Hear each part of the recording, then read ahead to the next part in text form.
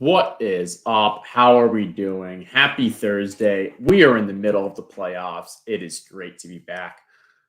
We had quite the fun, exciting weekend last weekend. I think I put out a tweet. I was a little nervous. I thought that Saturday may have been a bit of a boring day. Going into it, maybe we would have had a couple blowouts. Didn't really feel too confident that the Dolphins with Skylar Thompson were going to be able to hang.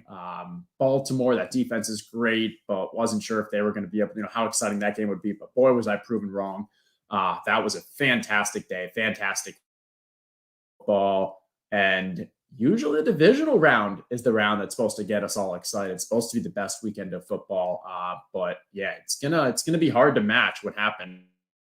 Obviously, starting off on that Friday night with that epic come from behind win for the Jaguars. Very, very impressive. Had a fun weekend. And now we get to look ahead. So today, first off, thanks for everyone that added questions to the tweet that I put out. So I know I always love to incorporate chat's questions, but sometimes people aren't able to make it in real time.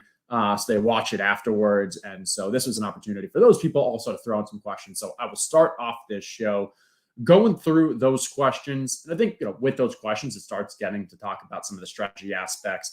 I get that, there's two things that people are primarily focused on. One is the playoff best ball that started last week. How should they be feeling? Advance rates? What kind of team should they be excited about? Basically just thinking about that larger sweat throughout the playoffs. So we'll touch on a bunch of things around that. And then we've got the returns. We've got the Gauntlet returns. We've got the Mitten returns again. And we've got the big mitten also returns. So we will be talking about some strategy aspects. How do we optimize? Because we can hop in drafts right now. We can start drafting for the remaining 3 weeks. Strategy is definitely a bit different than what we were doing before the playoffs. So hopefully a lot of the questions that came in through Twitter will help get these discussion topics going. And if you have more questions, obviously put them in the chat and I'll try to go through those. And then we'll end this off and we'll jump into draft. We'll see. Maybe we'll do a Gauntlet. Maybe we'll do a Mitten. I don't know. We'll let chat kind of decide what we want to do. I'm down for whatever. But so let's kick it off right now. I'll put some questions in a nice little deck. Bring them out. All right, let's go. So starting off, do you know how Underdog Fantasy selects groups for each of the rounds of basketball? This is an easy one. Started off with the easiest one. It is purely randomized. So they basically have the teams that advance, have a list of that. They then use some kind of randomizer for that to say, okay, here are the new pods, here are the new groups, and that goes forward. Pretty simple. Don't think there's anything more behind that other than it's just completely random from how you advanced. I did hear some interesting discussion for the main best ball and ways you can kind of change that. And maybe there's like a tiered based off, like if you did well, you can get worse opponents.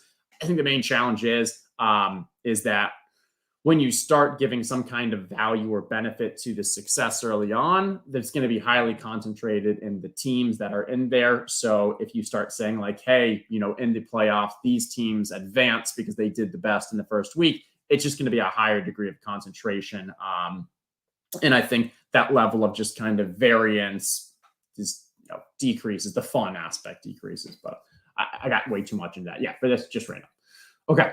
Can you hit on any Kansas City wide receiver takes? Their snap percents are all over the place. This is a tough one. And if you take a look, so probably should have mentioned at the top of the show, we have the rankings up for the returns. Same place that the previous playoff best ball ranks are on the site. Those are available now as well. Ranked them for the top 60 because when you get outside 60, it gets tough. Not saying you shouldn't draft those, JaMychal Hasty types, but from a ranking wise, the difference between whether they're projected for 3, 4, 5 points across the entire playoffs isn't worth putting in rankings. It's far more, building into your stacks and stuff. So I referenced that because if you look at the back end, at the very end of the rankings, I think the last 3 players, or at least 3 of the last 5 players, are all Kansas City wide receiver tight end spots. And differentiating between those is very difficult. I think the most interesting is I had Mecole Hardman a tier above the others. I had Hardman just after Tony and Marquez Valdez-Scantling. However, week 17, before week 18, we heard that Hardman was supposed to come back and then kind of re-aggravated his injury prior to the game and sat that. And I don't think he's practiced since. And even just as yesterday, he still hasn't practiced. So this is now concerning me and the larger team substantially. So we have dropped him substantially back where his ADP was still going around and it might still be around that 44, 45, 46 spot. I've now got him substantially lower. I'm scared there. Now, as a result, what does that boost the others? Well, my take on the Kansas City wide receivers in general is I think Juju's being overdrafted. Yes, on an individual basis, he has the highest upside of any of the wide receivers. However, I think his chance of hitting that is not that high, and his floor is the same as any of the others. And I think he's going around maybe pick 22 or something. So I think that's too high for him. Tony and MVS are probably the two ones that I'm targeting the most because, also with Juju, if you go Juju, the opportunity cost is substantial and who you're having to draft him ahead of when you're stack partner. So that hurts. Also, I think I like Pacheco maybe as much as Juju, if not more. It's interesting because running backs, there just aren't that many good running backs still in. So getting a Pacheco is pretty interesting, especially if you don't have the Mahomes side and you're just trying to get a piece or two of the Kansas City.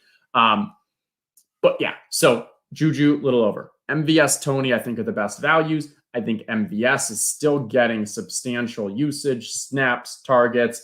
No, it's not we're not expecting the huge games out of him, but I think just on a per game basis, and when you're looking for points in the Super Bowl, I like him a lot.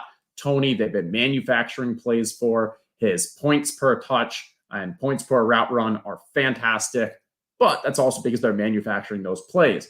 Now, it was 3 handoffs in that most recent week 18 game. One should have been a touchdown. Basically, the next play, they got that touchdown with him. So I know they want to use him.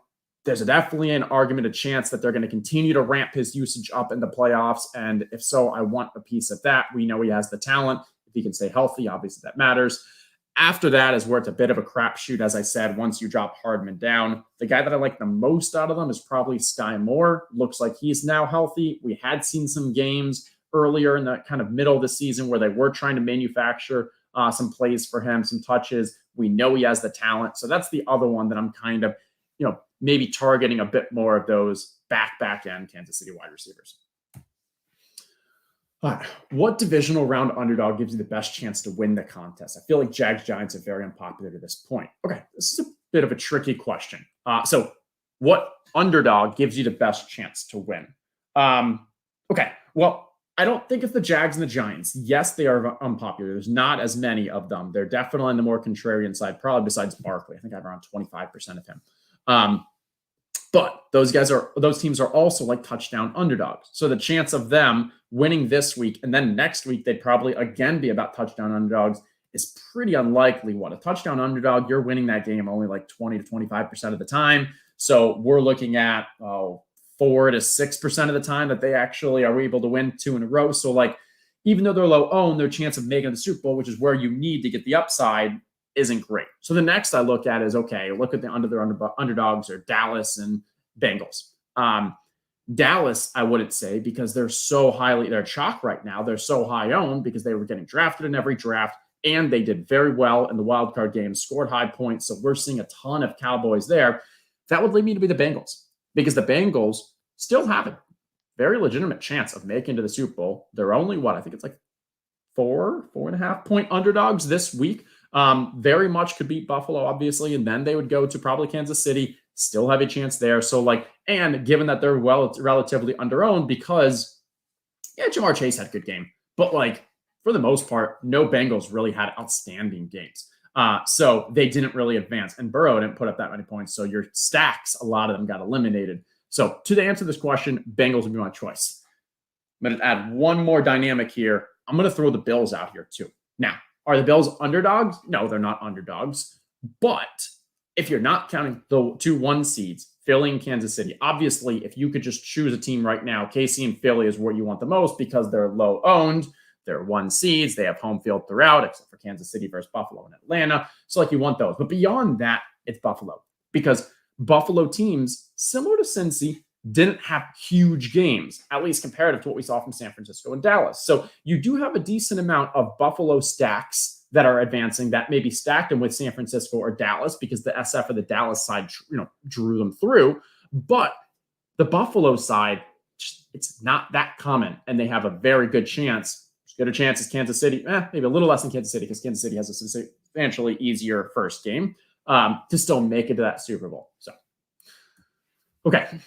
We were talking about KC Philly. If there is a KC Philly Super Bowl, how many players will the winning lineup have in the future? How would you approach building these kind of things to advance in a 1 out of 6 format? Okay, good question. Obviously, we don't know the factual answer, but I can give my kind of guesstimate.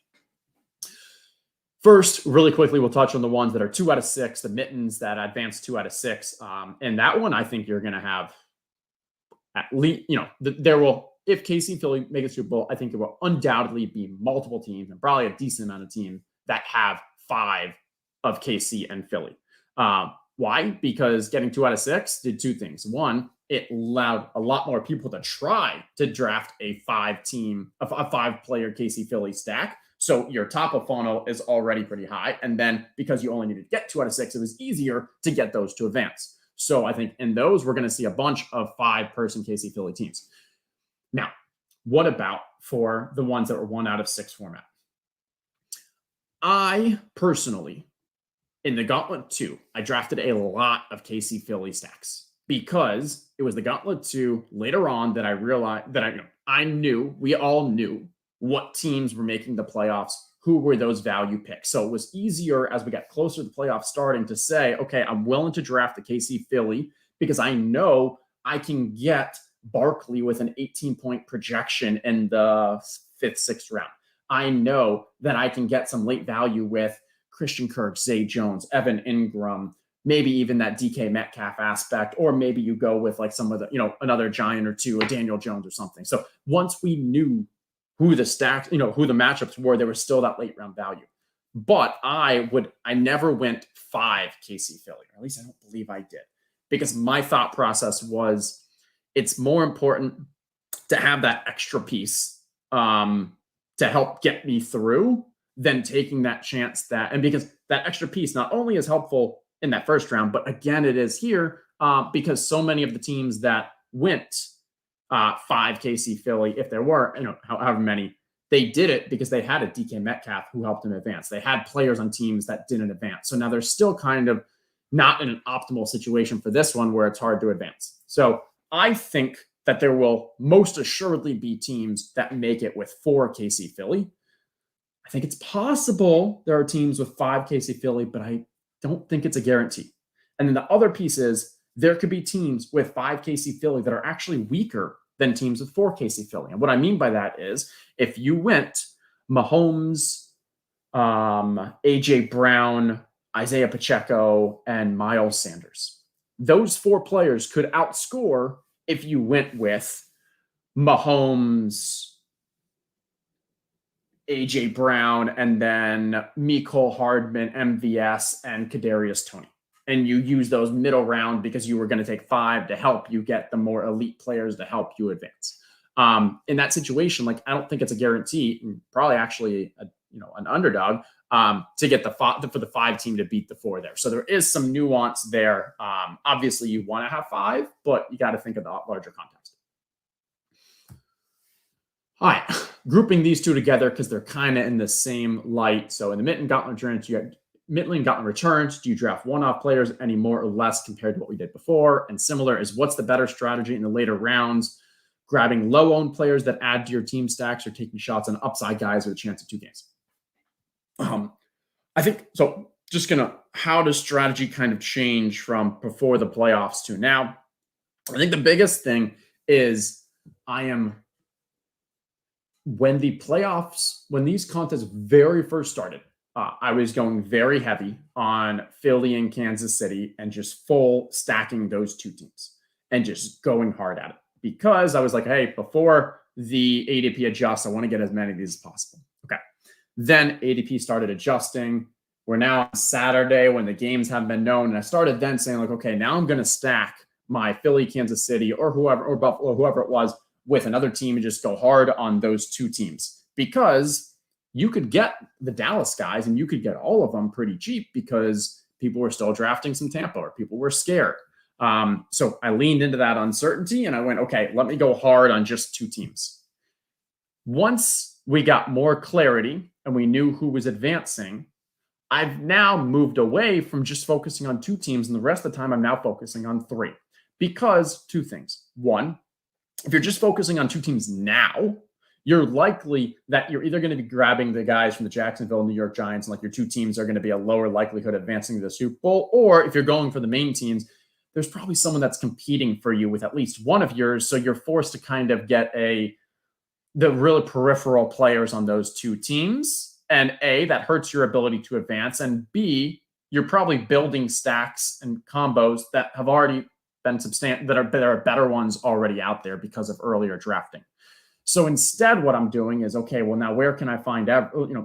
Then ask the question, because people are like, hey, should I not be drafting these anymore? Well, no, I don't think that's. I think it's just maybe you shouldn't be drafting certain teams. And so now I'm focusing on, now that we have clarity on who those teams are, I want to try to focus on, okay, let me draft one strong team from one side and now go with that kind of 2 possibilities for teams that can make it to the championship game, to the conference championships. Because what this now does is it allows me, a better chance of advancing out of that first round, but also the second round. And I believe in the second round, you need to beat out 11 other people. And so in those rounds, there will likely be people that went with just the 2 stacks that are going to be stronger than your stacks, or at least equivalent to them. And when they get there, you're now hoping that that second team from the conference that you grabbed, they put up enough points to actually help you advance. And you know what? You actually, in these situations, you want the team that loses to put up the more fantasy points. Because let's take an example. Let's say it is Philly and San Francisco playing the NFC. You grabbed a bunch of Bills, and then you went with a couple San Francisco and a couple Philly. If San Francisco wins the game and CMC and Debo and Ayuk and Kittle or whatever, like, have the big days, well, the teams that now just went with Kansas City and San Francisco, those are going to be the nuts teams. And so you didn't do that. You included some Eagles, and so you're kind of like, your team's not good enough. But what we're really wanting to happen in that situation is the San Francisco guys do really well. Like Debo, Ayuk, Kittle, couple, whoever it is, Purdy, like, they put up big games, but they lose that game. And now the people who went Kansas City, Philly, they are getting eliminated because they didn't have those 49er players that were necessary. So now the nuts, those optimal, those super teams between these 2 are likely getting eliminated, but you may not, because you grabbed a couple of those San Francisco pieces. So those San Francisco pieces are helpful and they're vital to get you to that final round, while creating some uniqueness and giving you some leverage while those, the other teams. Because now what's going to be in the finals is a bunch of Kansas City, San Francisco teams, but not many of the Eagles. So that's where I think there's leverage. That's how I'm thinking. It kind of, like, when I think of one-off players, it's not so much one-off players, but it's 1-2 players from that other team that I think can still make it to the conference championship. What are some of your favorite leverage pieces when you scroll down or are stuck and trying to complete a team stack? So again, I think that I would use the same strategy that I just touched on, where it's not so much like finding a specific unique guy, but it is finding, hey, how can I create a conference championship scenario where I'm getting leverage on the field? And you can definitely do this with Jacksonville and New York Giants as well. Yeah, there's only a 20-25% chance they win their games, but like, that's not that unlikely. And no, you don't need them in this situation to actually make it to the Super Bowl. They can lose the next one, but because, as I mentioned, we're still just trying to get that value. And that's where, like, I like the guys like Barkley. I like the guys Christian Kirk and Evan Ingram and Trevor Lawrence, because I like situations where they do pull off that upset. And now I don't need them to pull off the upset in the championship. Maybe it'd be nice because maybe I'm going strong with them as well. But like, I'm thinking back to that scenario where I won a conference championship and I get pieces that help me advance, even though that team gets knocked out. Okay, 4, return contests. Any big strategic differences between Gauntlet and Big Mitten? Okay, so a lot of questions were about the Big Mitten. I'll put them all together in this. For the Big Mitten, the main difference is 2 main differences. One, obviously, how much it costs. 2 main difference in the structure. One is that 25-person final versus a 300 and however many, 314, 360, I don't remember, 300 plus for the Gauntlet and for the others. So that's one. Two is you only need to beat out 6 people in the second round in this structure, versus in the Gauntlet returns, you need to beat out 12. So those are the 2 main structural differences. How do I adapt to that? I think the 25-person is probably the more important one because obviously that's the Super Bowl, that's where the points are, that's where the cash is. And yes, it is still important for us to get a strong team to advance there, but you don't need the absolute nuts because you only got to compete against those 25. And of those 25, I don't know, probably like 5 to 10 are actually going to have deadlines because they're going to be heavy on the team that doesn't advance or something. So now you're really competing against 15 that have similar. And so and it's a flatter payout too. So like once you get to like that top 5 and such. So like I think in general, you can don't have to go for those like, hey, crazy outliers. Let me make sure I get Boston Scott or Quez Watkins on my Eagles. The second is that 1 out of 6 is not 1 out of 12. So each time when we're advancing, like, yes, I still probably want to focus on teams that are going to be in that conference championship because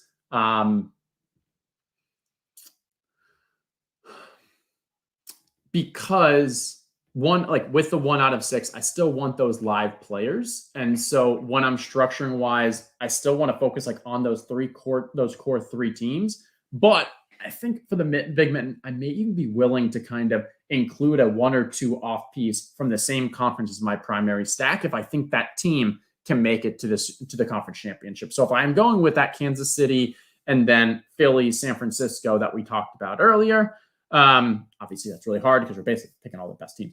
I may be willing to add a Khalil Shakir, or a James, or like a James Cook or something, on that. Even though, yeah, I'm not going to have Kansas City and Buffalo in the Super Bowl, but getting those extra kind of one-off pieces when I don't need to go as crazy deep with my lineup may give me a little extra boost for those other rounds.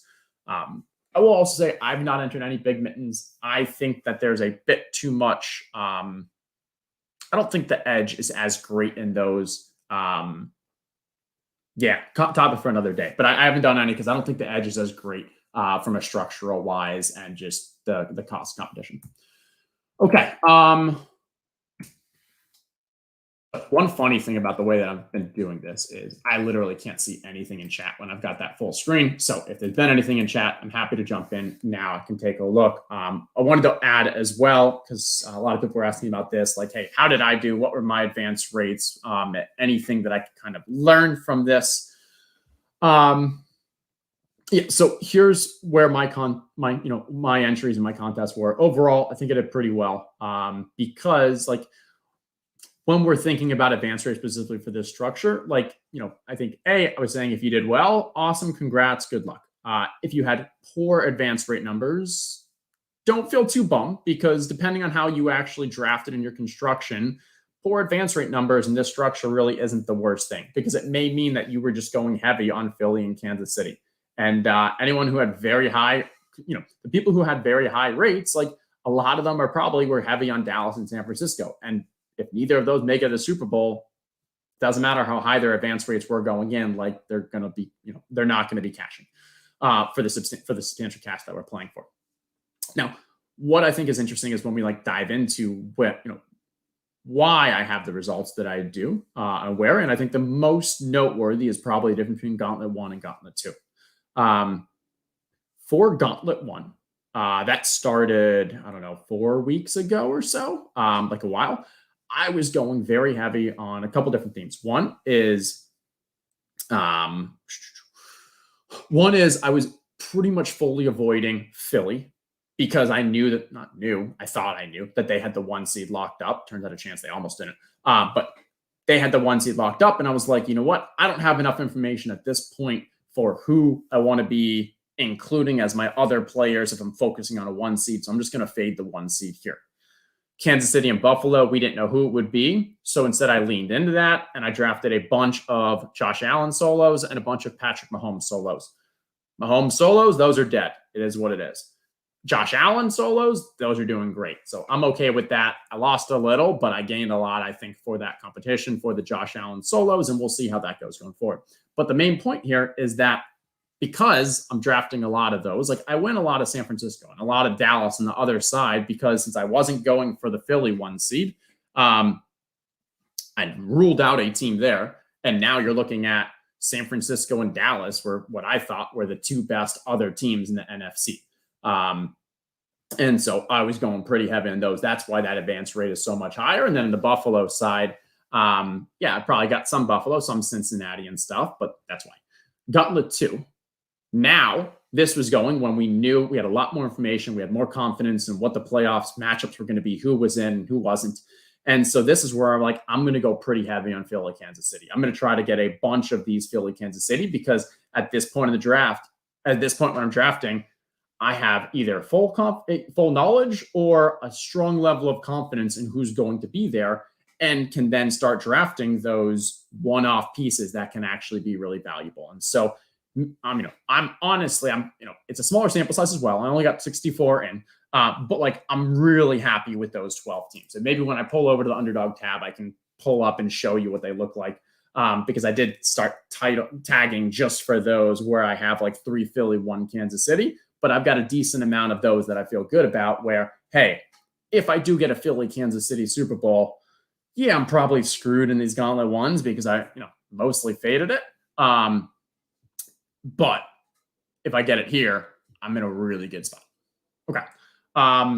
Any questions there? Otherwise, I can pull over to Underdog. We can walk through that really quickly, and then we can jump in a draft or two. Taking a look.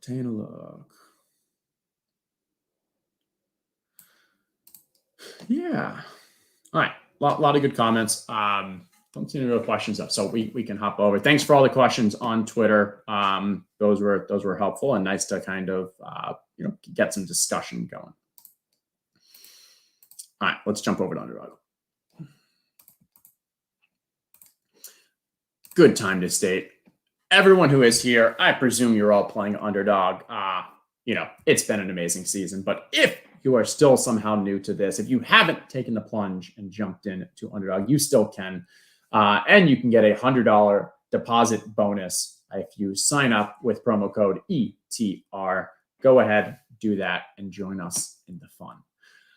And as I mentioned, I have those rankings. The rankings are on the site. You can use those. I think, honestly, the rankings are probably more important for these than for the playoff best ball ones, the full playoff ones. And why that is because the full playoffs one was a little more where you have to make your bets on who's going to be advancing and all of that. And these ones, because we're only talking about really, 2 more unknown rounds, it's far less kind of, hey, let me get this optimal. There's more strategy aspects. And we're already in the playoffs. We have literally the projections for like the first week and such. It's more important to figure out who are the correct one-off pieces. And that's what these rankings can really help you with as well. Let me go to let's see, where will it be? It'll be in live, maybe? No. Completed. Nope, those are returns. Active. I don't know why I can't think of where this would. I'm so used to using it on the phone. But where would I have my best ball drafts for? There we go. Live best ball. Okay, there we go. Okay, so this is what I was talking about with the Gauntlet too. So some of the teams that I'm heavy on the Kansas City video. So this has 3 Philly, 1 Kansas City. We've got Jalen Hurts, Devonta Smith, Dallas Goedert with a Juju bring back. How it got there: Trevor Lawrence, Christian McCaffrey, Joe Mixon, and then Christian Kirk and DK. DK pretty much single-handedly probably pushed that one forward with his 30-point performance. Here we've got a 3 KC, 1 Philly. We got Mahomes, McKinnon, Travis Kelce with Devonta Smith run back. How it got there was Brady, Barkley, and Zeke with, again, here we are. So Godwin, Kirk, and DK doing it again. That DK, I was, felt pretty good about that. Good. I don't know. I liked it as a one-off. I was more on DK than Lockett, which worked out well for this one.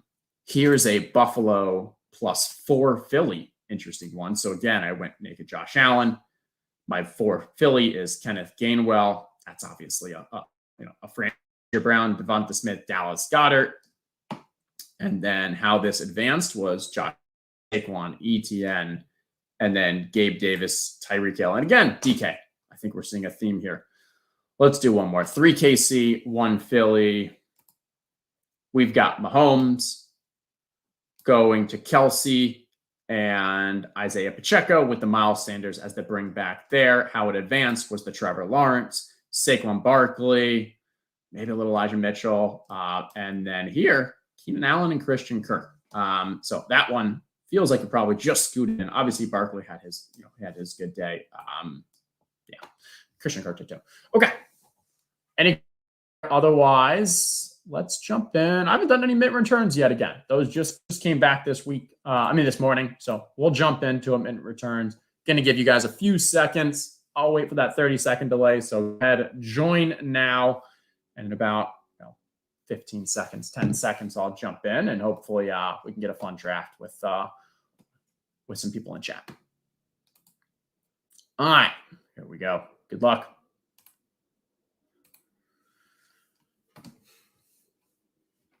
There we go. We're filling quickly. I got a feeling these are filling quickly. People love them. They're still fun. People love the mittens. People love the. Okay, here we go. All right, we got Dr. One, the Professor, MPA, the Source, No Fan, and Muticulous. Couple badges, couple no badges. We're in the 5 spot. This should be fun. I did see. So there was one other question. I don't know. I thought I put it in the deck, but I guess I forgot to. What is strategy right now for the turn? Getting the 6th overall pick. Because it is kind of tough because there's 5 QBs early. 4 QBs at the top. Then you get Christian McCaffrey. And then, if those 4 go, what do you do? For me, I think it's pretty simple that it's Brock Purdy. If you look at the rankings, like I have Purdy, actually, I think Purdy is just ahead of Joe Burrow from a projection standpoint. So I think Purdy should very much be with this top tier, and that gives you a clean 6. Now, the downside of Purdy is if you're taking him with McCaffrey already gone, you're kind of guaranteeing that you're missing out on his best stack partner. Not ideal when pretty much everyone else you can get it. But what I would then do there is I probably wouldn't actually go Purdy and Debo. You could, but that's what a lot of people are doing. I'd go something like Purdy and Kelsey, Purdy and Diggs, Purdy and Chase, where you're now getting a level of uniqueness and you're still playing for that one, isolated Super Bowl. This one. Okay. We'll grab Burrow here. See if Chase falls to us. If Chase doesn't fall to us, then we can do what I was saying where it's like, hey, maybe we go for the Debo. Maybe we go for the AJ Brown. We'll see. We'll start with Burrow then. We'll see what Muticulous does. With these drafts as well, I think it's really important to focus on who is in your draft. If they're names that you recognize, the more you do these, you may actually start recognizing names and being like, okay, I know that person is a sharp drafter and they're going to focus on their stacks. Or this person, I don't recognize them. And if you look at the beginning of their draft, they're not actually focusing on their stacks or something. And so keeping that in mind for where you want to prioritize. Because with so few teams, a lot of teams are going to be fighting over each other. But if it's possible for you to kind of identify the stack that no one else is really fighting over, hey, maybe that's where you can kind of stay in your lane, get your players, and not be fighting over others. The second round is really where that information starts coming out. So we'll see, like between the Josh Allen and the Patrick Mahomes. Let's see. So that's where the Josh Allen got the Diggs. Hurts gets AJ Brown. No real fighting here. So the Professor went Mahomes, gets McKinnon. For the most part, I'm seeing just like, okay, so this is where it's interesting. KC says, I'm going to go with the San Francisco as my bring back. Okay. Now, we'll see what Josh Allen does, because the Josh Allen stack, in my mind, they should not now go for San Francisco. Because you already know, okay, maybe, hey, You missed out on the Kittle here. This person's going for it. Maybe this one, go for another. Get your Gabe, and then maybe later on, go for a Dallas stack or go for the Giants. Maybe, you've got 3 Philly, so it's hard. So just things to kind of be thinking about as how other players are going to be affecting yours. No one has gone Dallas yet, which is interesting. Muticulous here has Kansas City. Ayuk and Juju are available. He'll probably go with those 2. Oh, Higgins goes. Interesting. Okay. So now Knowles fan is going San Francisco Cincy. So we're going to be fighting there a bit. I'm not expecting Muticulous to take a random Joe Mixon here, but I do at least want to keep him away from you know what? Well, let's grab Mixon. I don't think he's going to take CeeDee Lamb either. I mean, I was going to say like, hey, I want to keep him from thinking like, hey, maybe I should grab Dallas, but because he grabbed Purdy, it really doesn't make sense for him to going for a Dallas here.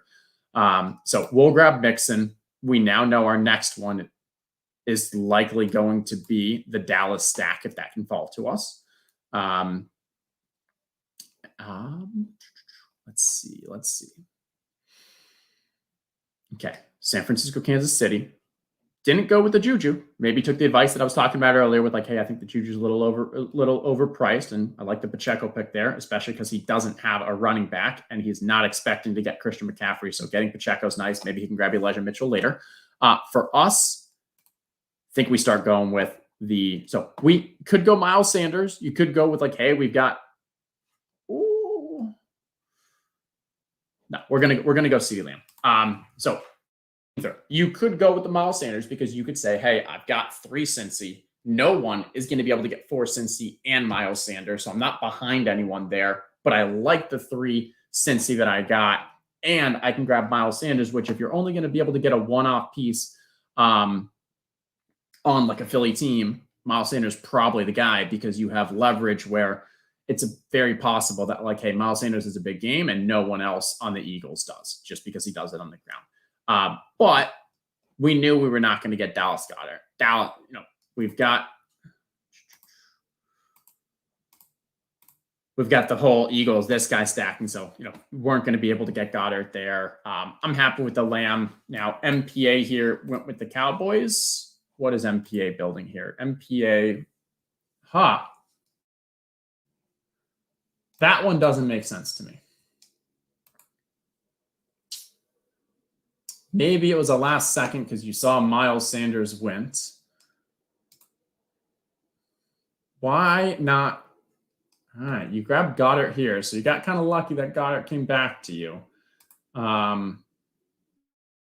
could have very much seen the Kansas City stack grabbing Goddard there.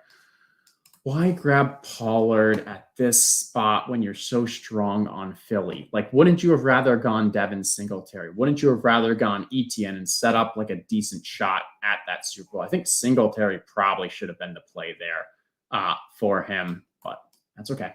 It is what it is. We're gonna regroup. We're gonna make this work. Okay. On the Bengals. See, Tyler Boyd's probably popping up. Nope, Tyler Boyd also got taken earlier. Okay, so let's go back to our Cowboys. Dalton Schultz and Zeke. I think we'll probably try to grab those 2 on this turn here.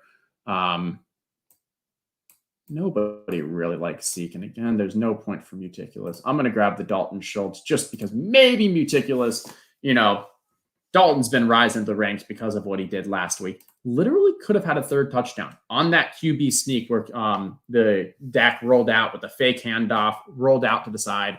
There was actually Dalton Schultz right there who was putting on a fake block to start and then rolled out just in case there would have been a quarterback or maybe the linebacker would have gone for Dak. It still left Dalton Schultz wide open. Dalton Schultz very easily could have had a 3rd touchdown in that game. Now, is that going to happen next time? I don't know. But I grabbed Dalton Schultz first just because people are probably right now more excited about Dalton Schultz based off what he did than Zeke. Okay, our team come into the picture. We've got Burrow. We've got Mixon, Zeke, Chase, Lamb, Schultz. We've got a strong, really stack forming here between the Cincy and the Dallas. When I start thinking of maybe there's a third team that we want to start working in, the Giants are probably the team that I'm focusing on now. Why? Because, well, Philly, San Francisco goes against Dallas. Wouldn't be that. Philly, all the good players are already gone. Wouldn't be there. Leaves us really with just the Giants on the NFC. You could do some AFC, Jacksonville guys. It's worth it as well. Like, again, as we're saying, it's not so much that we're looking for the Giants or the Jags to make it to the Super Bowl. We're really just looking for them to advance to that second round for the conference championship. And I'm actually, as I talk through this, I've talked myself into going with some Jags. Reason why here is for the Jags to win, that means they beat Kansas City. If they beat Kansas City, that gives Cincinnati an easier path to make it to the Super Bowl. So there's actually some correlation involved here of we want a situation where Jacksonville does pull out the upset over Kansas City because that gives our stack a better chance of getting to that advance point.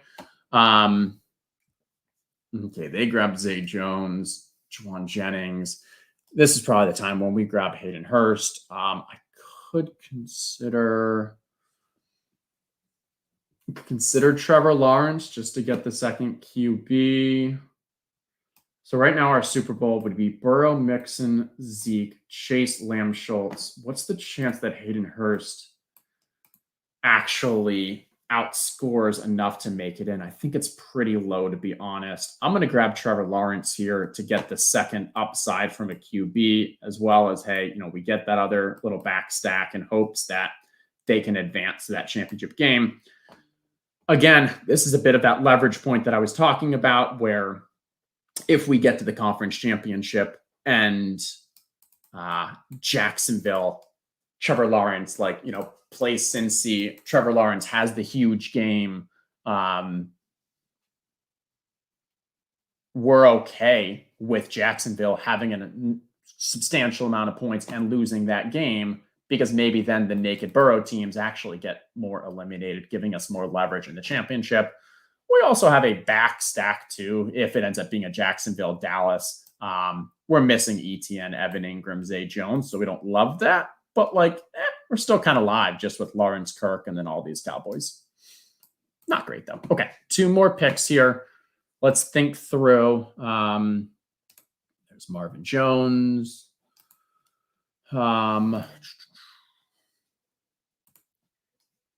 I do like Samaje Perine in this situation. Let's start with that. And then we're really just kind of looking for a one-off. Marvin Jones has the correlation with the team that we like. Richie James could be a one-off because he doesn't, inversely correlate with anything that we're building. All the Kansas City guys inversely correlate. Could grab one of these late Cowboys, like Noah Brown. T.Y. Hilton's already gone. It's a little ugly, but possible. I would actually like Noah Brown a lot more if T.Y. Hilton hadn't had that substantial role. I think we had targets last week. Noah Brown, I think, only had 1. And we just haven't seen that much from Noah Brown with the emergence of T.Y. Hilton. So this is probably about my order. Do I want to do Richie James over Marvin Jones?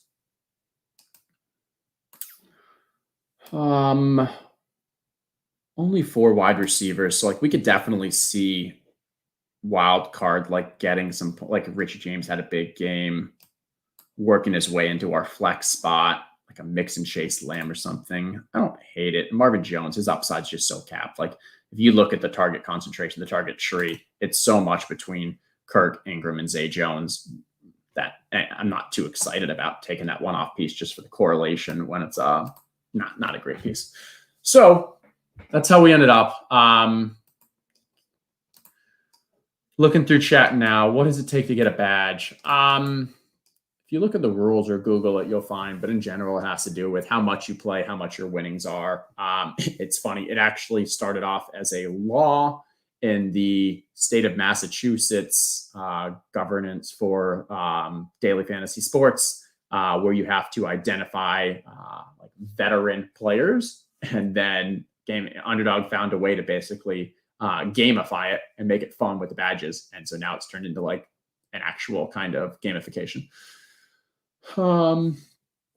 Silva and Davis. It's actually not Evan Silva, even though it says Evan Silva. It's not truly him. So just a heads up there. It is Davis. All right. I think that's fun. This is a good show. I appreciated all the interaction, chat, questions ahead of time. Thanks everyone for joining us. As always, if there is anything you have, any questions, feel free to send a tweet out, tag me. If you appreciate these shows, I appreciate if you would just leave a comment on the YouTube saying that. So that lets the higher ups know that, hey, this people do like this Underdog, this kind of content, and keeps me coming back for more, or doing as well. Taking a look at the, or go on Twitter and put a tweet out there. So thanks everyone so much. George, how did your wild card round drafts go? Just rewind about 15, 20 minutes. I dove into all those. You'll catch it up. Thank you everyone, and have a great rest of your Thursday. Have a great weekend. Divisional, this is the best weekend of the NFL season in my mind. So excited. Best of luck to everyone, and see you in the drafts.